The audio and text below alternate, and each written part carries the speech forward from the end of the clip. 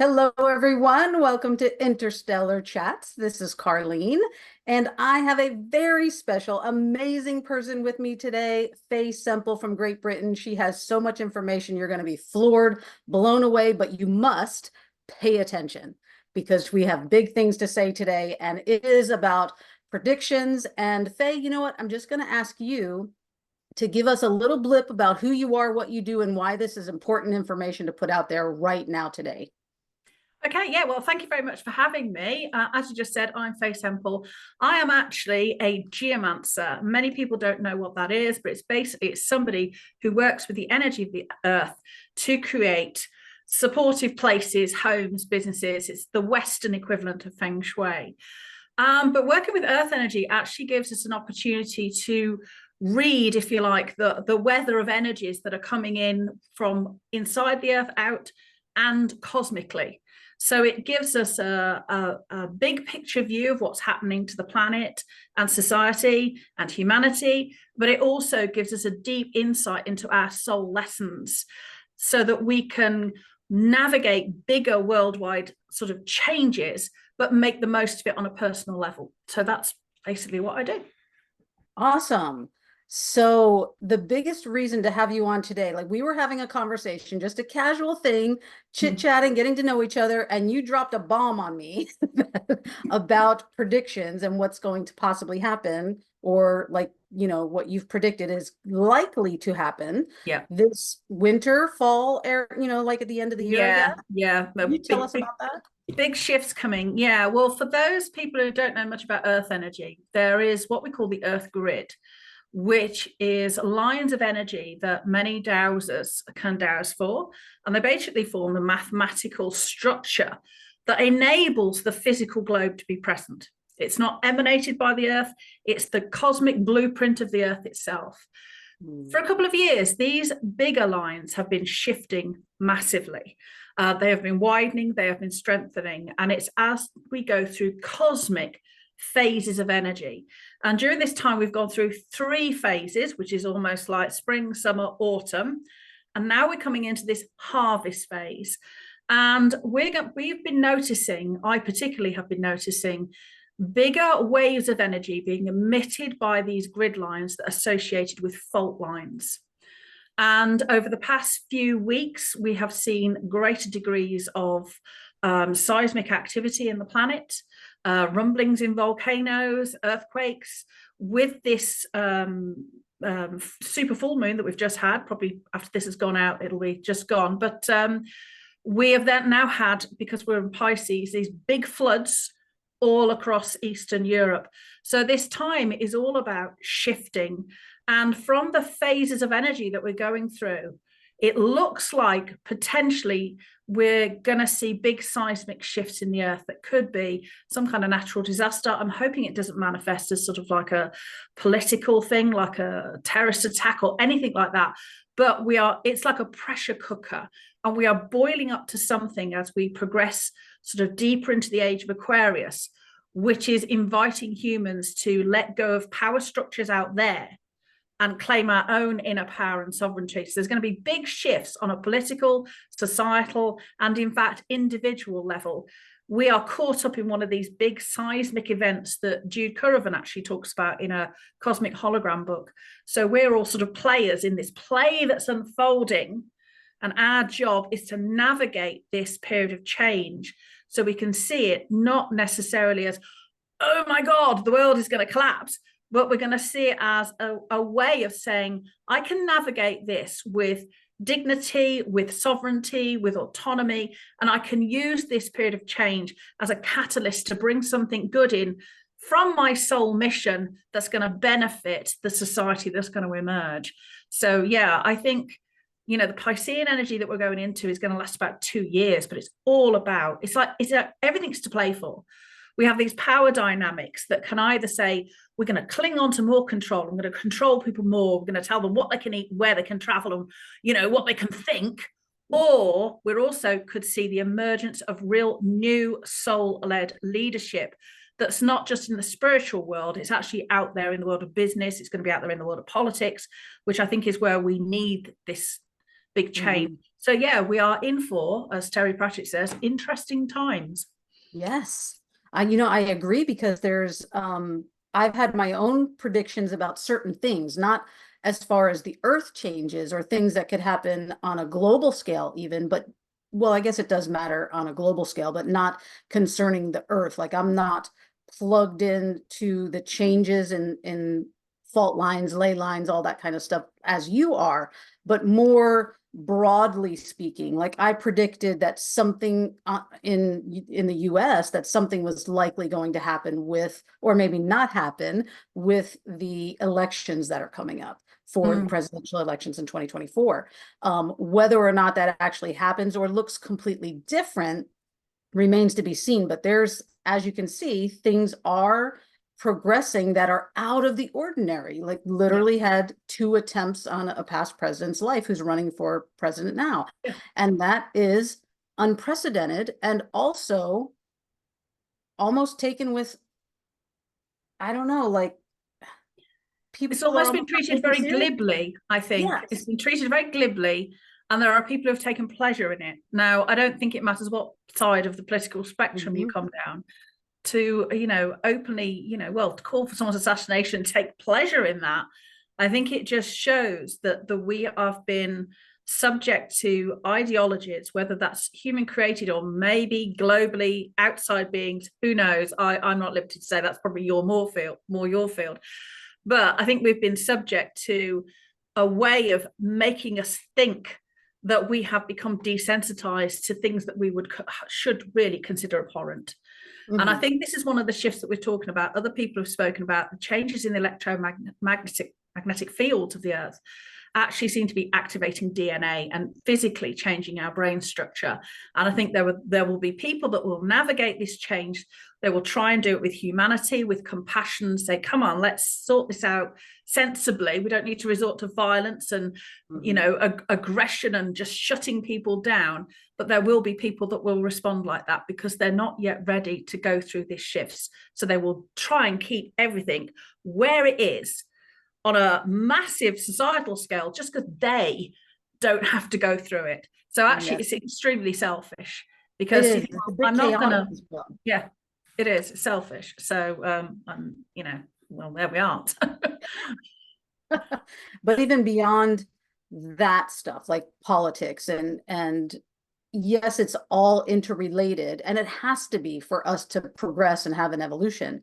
But when we're talking about, and maybe you can explain just a little bit more for my audience what dowsing even is, because some obviously people that are in my world, they know it, but we're getting more and more people, plugging in who maybe are not aware.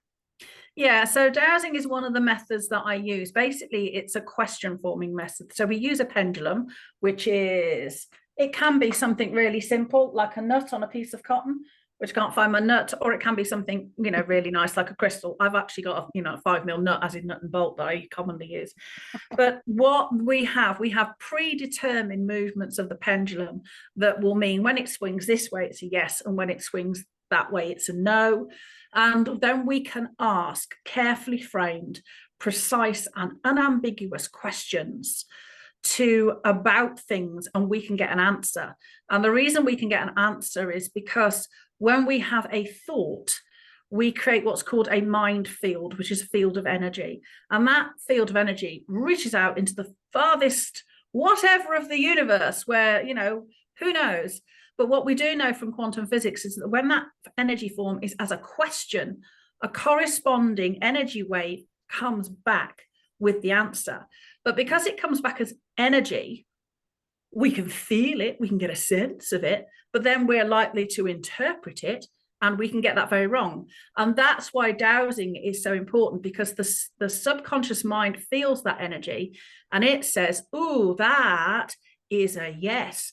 But the subconscious mind doesn't speak language, so it can't communicate that to your conscious mind. But your subconscious mind does have control over your limbs, your bodies, like automotive responses, like breathing. We don't have to think about breathing. So what it can do is it causes what they call the idiometer effect. It then says, for my conscious mind to understand this information, I have to give it a pictorial representation through the movement of the pendulum of yes and no. So then our pendulum swings. So that means we can ask questions about anything. Anything, What's right? in my best interest? How, where should I live? What should I eat? What's my soul's path? We can break all these issues down. So then we can take actions that are in ours or our families or our businesses or whatever, our own best interests in the long term, because we're getting this information literally from source, from our multi-dimensional and vast soul, whose dream it was to have this life, and it's trying to help us live it and not waste the opportunity.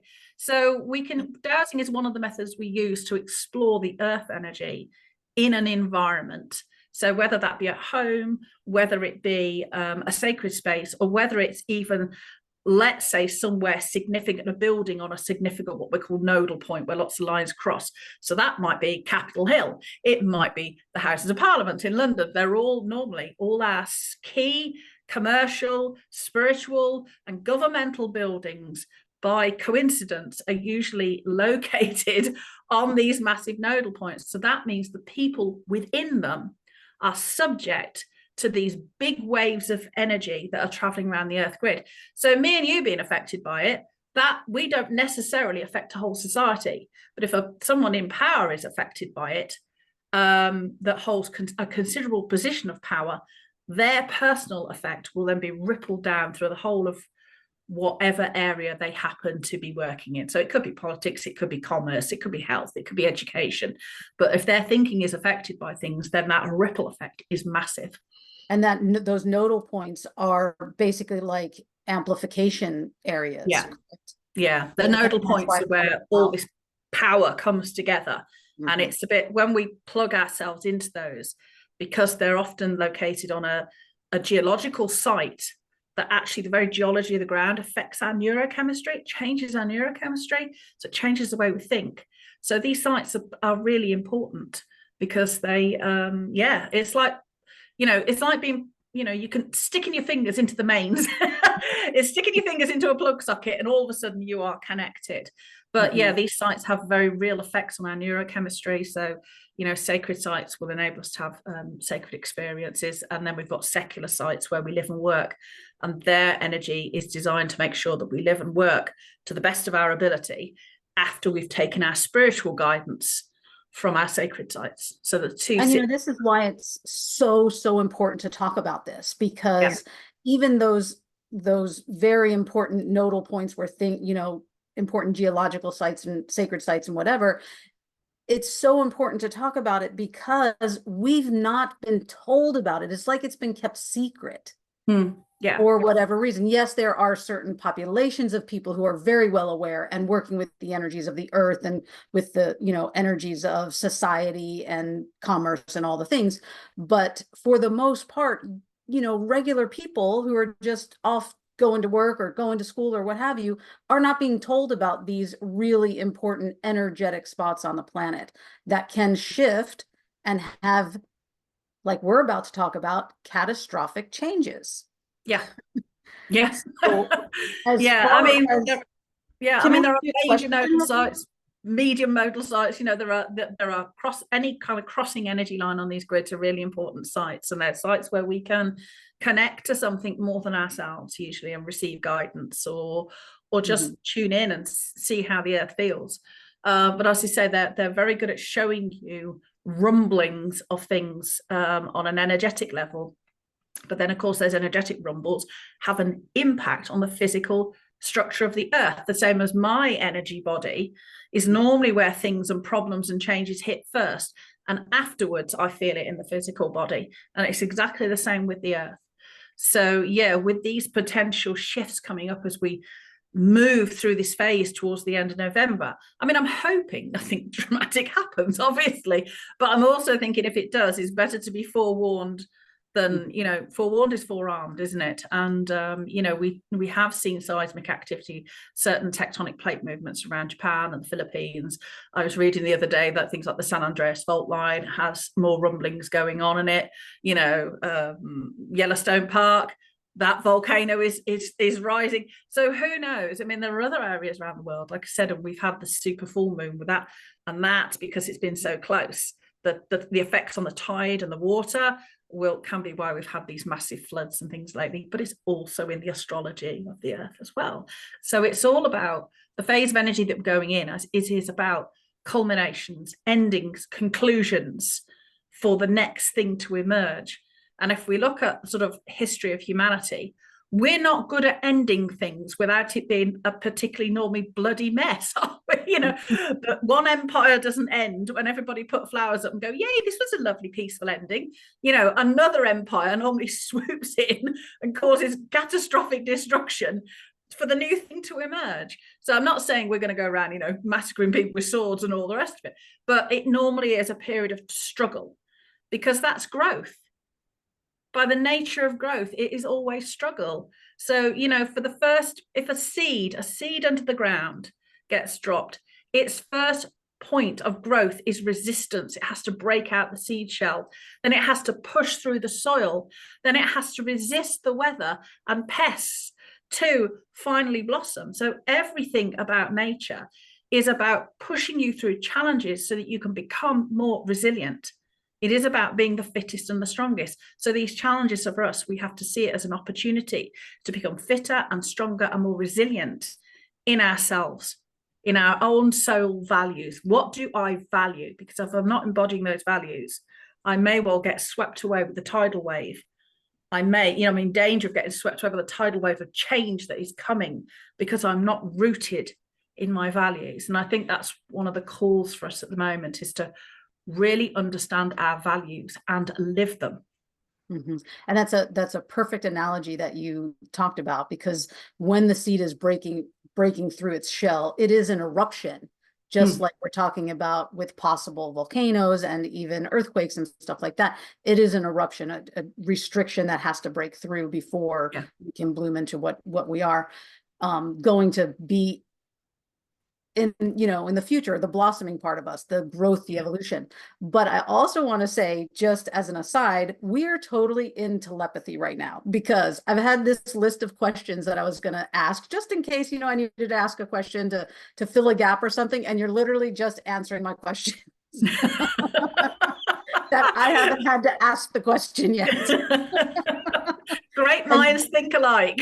Exactly. And just before you said the last part, I was like, oh, can I ask you a question? And then I didn't actually ask it, and you answered it. So it was, I'm just sitting over here giggling to myself, because that's amazing.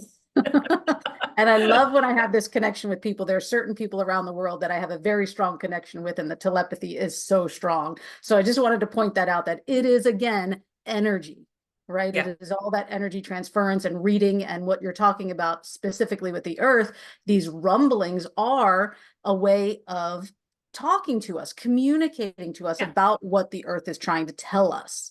Yeah. So being direct, but not trying, you know, we're not fear mongering here, but we do want to be direct. Now, you are saying it is a very big possibility that we're going to see a huge catastrophic type occurrence happen with the earth, meaning an earthquake or a volcano. Yeah, I think there could well be some big event. I'm hoping that it isn't, but from what I'm seeing, so, you know, I live obviously in the UK, and we are not known for earthquakes. But we have a lot of minor fault lines. So one of my hobbies has always been watching the energy come out of fault lines. So it comes across the ground at normally so high above the ground. It's like a wave of energy, and it goes slightly faster than walking pace, like a wave coming in from the sea, and it reaches so far from the line, as if that was the ocean and where it meets the land. So it goes so far, and then it sort of dissipates. And a lot of our ancient sacred sites capture that energy, because it's particularly good for things like, as we were just talking about, seed growth, health, and vitality. It's good for our growth and vitality of our physical body, our mental body, our ideas, everything. But what I noticed was these huge waves coming out. They were much bigger, much more pronounced. They were waking me up in the night, and they were going a long way across the countryside. And I was thinking, well, if that is out of a minor fault line, what is coming out of the big fault lines. So then I did some remote viewing on some of these big fault lines, and I was like, whoa, there must be some really deep rumblings going on for these waves to be coming out, these energetic waves to be coming out. I mean, it's great. One way it's great because this energy is really sort of helps fertility and new growth. So it's like, you know, out of every disaster, we get new growth, don't we? Or, you know, if a volcano erupts in the sea, it creates a new island, you know, and even if we have huge forest fires, they all come up green again in the spring. So it's a way of making room for something new. Now, the possibilities either that we have a big natural disaster or there is a massive power shift in the world. That is the other option. The power shifts away perhaps from the West and moves into, you know, and that politically there are, you know, communism is on the rise. Don't particularly fancy living under it personally, but, you know, that could be the other way it expresses itself. So, and that, you know, maybe that could be, you know, that might be a war, who knows? But there is something that I can feel the energy like a pressure cooker, and it's starting to whistle through that valve, and I'm not quite sure where it's going to blow out. So I think it's, yeah, I've had a lot of dreams about natural disasters, and several people I know have as well, who are normally quite psychic with regard to dreams. So I did ask them, I said, I've been having these dreams and about certain things happening. Have you been having any dreams? I'm not going to tell you what it is. And a lot of them came back with, we're having dreams about massive earthquakes or a massive volcano so big that it was going to, you know, nations were going to have to do something. The skies are going dark. You know, the whole thing, the world almost stopped. And I'm hoping it's not going to trip. I'm hoping that dream is just a meaningful thing about, you know, we need to shift things. I'm hoping that's what's going to happen. But yeah, it's difficult to say. I don't think we can say. I don't think anyone can say for certain. But yeah, so. And your predictions are right around the end of November, just as mine were, correct? Yeah, around the end of November, because we're going through these shifts of energy. So we call them waves, but they're actually like cycles of energy in the cosmos. And at about the 24th of November is when we shift into this fourth phase. And if we look at like the wheel of the year that goes in four phases, you know, there's spring and we go into maturity, then we have blossoming and early harvest, and then we final harvest, and then we go into the dark night of the soul as we have to sit and wait and see what new things emerges. Well, if that fourth wave of cosmic energy is putting us literally at the sort of Samhain Halloween point, then that is cosmically moving us into the dark night of the soul. And that means that we have to sit and wait and listen quietly and patiently in the darkness, not seeing what wants to emerge. We've got to feel our way through that. So that'll be interesting on a societal level if something does happen. I mean, I'm hoping we don't obviously have a big thing, but something is boiling and I don't know how it's going to manifest. So I think if people are prepared, you know, then that's better than, I'd rather be proved How wrong. would we prepare? What are your suggestions for preparation? Well, I think, you know, there's practical things obviously which people need to be aware of, you know, yeah, but I think with emotionally, it's about getting our own house in order. It's about letting go of, you know, all the things that we're holding on to, and saying, you know, what value did I come to give to the world? It's about really tuning into those soul values, because if your soul value came and one of the things you value is joy or freedom or peace, maybe community, maybe communication, but all those things are of whatever your values are. It's really important that you embrace those now and get rid of anything that is stopping you from living your values, because that is stopping you expressing your soul.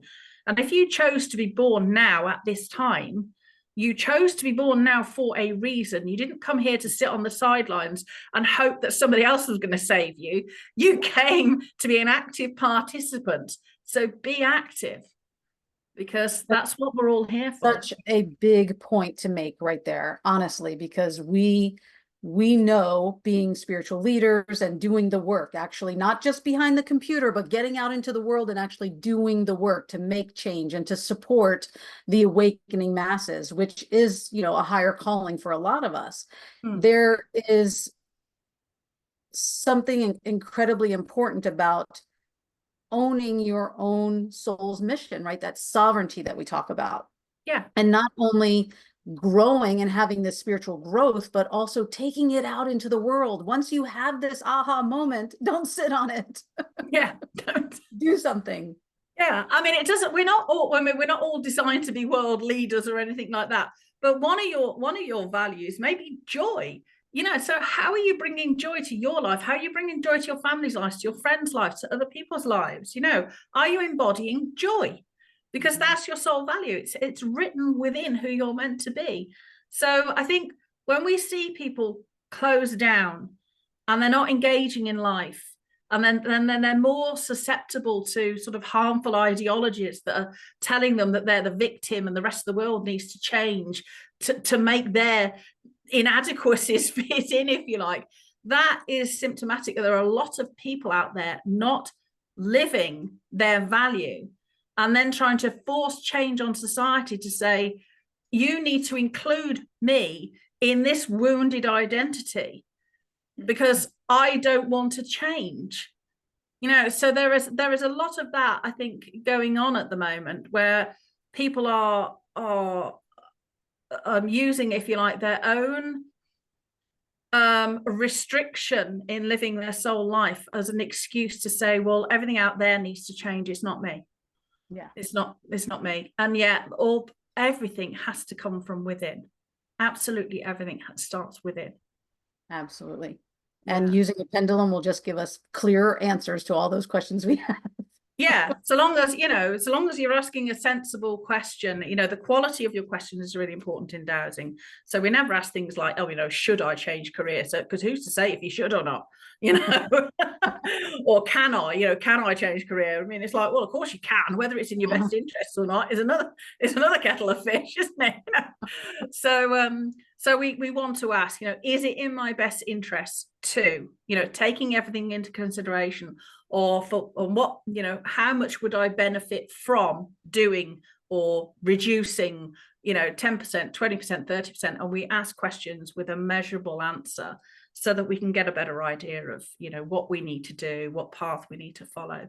But it is about listening to our soul. I think most people who are on a spiritual journey and have had that awakening have normally had to go through hellfire and damnation to get to this point. I mean, I can't speak for you, but I know I have. And I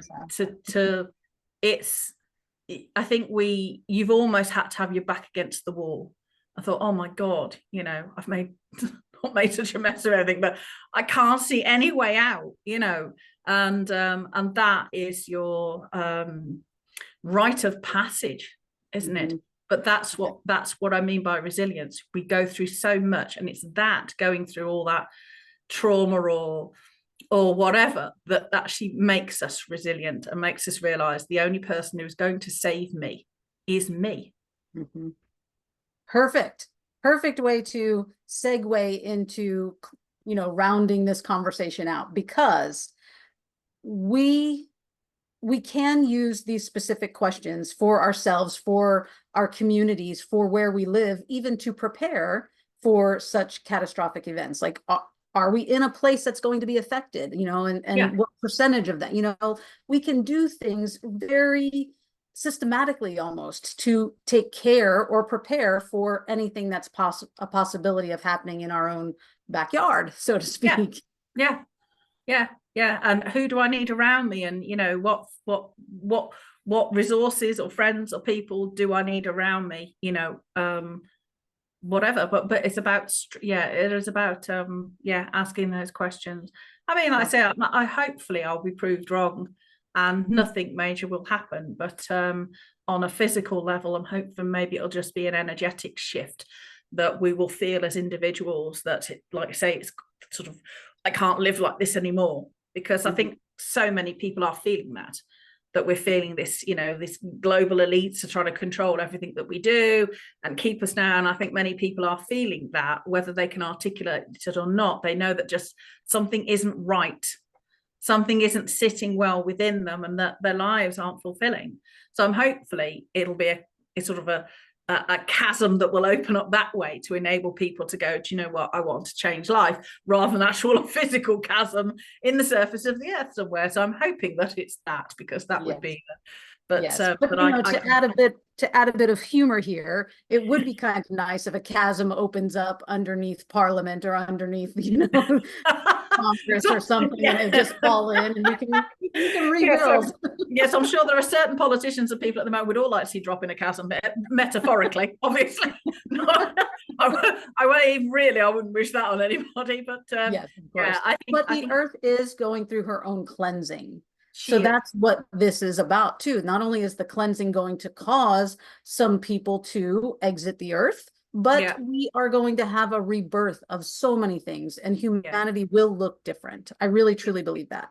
I think it will. And like you said, the Earth is going through a cleansing process. And, the universe, cares about us all as a soul. But as we know, we can be caught up in events that are bigger than our own lives. Mm-hmm. And, nobody sort of, asked to have a tragic end, but they are caught up in humanity is having that big experience. And I'm just one of those little bit part actors in that. And I can do my best for my soul within that bit part. But sometimes we are caught up in things that are well beyond our control. And that is these huge cosmic waves, this sort of stories that we are going through, as I say, that Jude Currivan talks about in the Cosmic Hologram. So, sometimes we just have to cling on and go along for the ride. Mm-hmm. And, if for whatever reason we do get caught up in that, cataclysmic event, our soul never dies, right? Yeah. So our body may end, our soul never dies. There will be more to this existence. Yeah. So we can always, take comfort in that. At least. Yeah, we can take some comfort in that. Yeah, personally, I'd like to get through it all. I know, right? But I know what you mean. Yeah, I mean, we have to say, well, it's all working out as it's meant to. Mm-hmm. It's just that things working out as they're meant to isn't always an easy process, is it? We all know that, So, just like a marriage ending that's not healthy, you think, well, I've got to get through the divorce because that's how it's meant to be. But that period of going through that is not pleasant, and I'm hoping that's the kind of stage that we'll be. We're divorcing old systems of power and control, and we're going to come out the other side. So yes, and that's been more in line with my predictions as well. So let's hope for that. let's hope for that. Yeah. So, I don't want to be a harbinger of doom and gloom. Exactly. So how can the audience get a hold of you or work with you directly, or if they have personal questions? How do they work with you? People can learn dowsing with me, so they can find me on Facebook or fayesemple.com. I teach people sort of how to dowse. I also work with people on the energy in their home, because their home holds the lessons for their soul mission in this life, believe it or not.